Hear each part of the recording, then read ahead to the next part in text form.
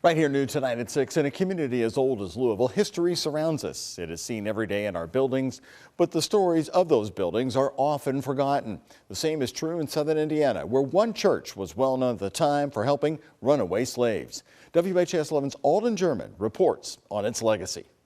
This is the basement of the Town Clock Church in New Albany, Indiana, a critical stop on the Underground Railroad for slaves fleeing for their freedom.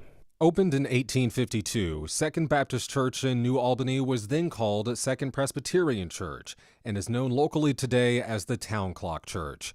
It served multiple roles: a place of worship, a navigational point for 19th century steamships, and a symbol of freedom for slaves. This would be one of the first sets of allies, of a real story of allies to black individuals that were helping the freedom seekers be able to take refuge in this church coming from a hostile environment of slavery in Kentucky.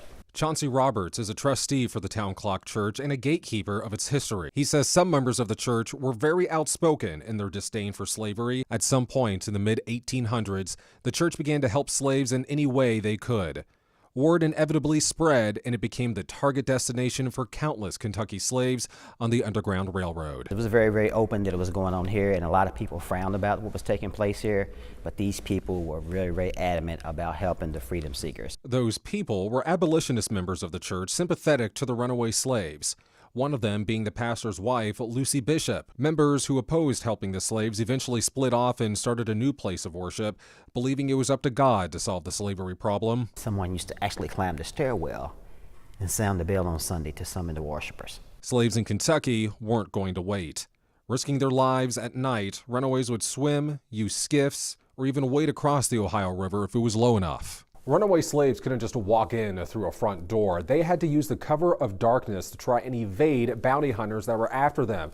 Oral stories passed down through the generations say that they had to sneak in through very tiny spaces, such as this old coal chute. This is the actual ground that slaves walked on right here. A common misconception about the Underground Railroad is that there were literally tunnels underground. For Second Baptist Church, however, it was true. This tunnel led to the DePaul Hotel across the street, which Mr. DePaul was sympathetic toward the cause, and he allowed the African-American soldiers to take refuge in the building across the street. Lucy Bishop, the pastor's wife, came down here and she did her missionary benevolent work.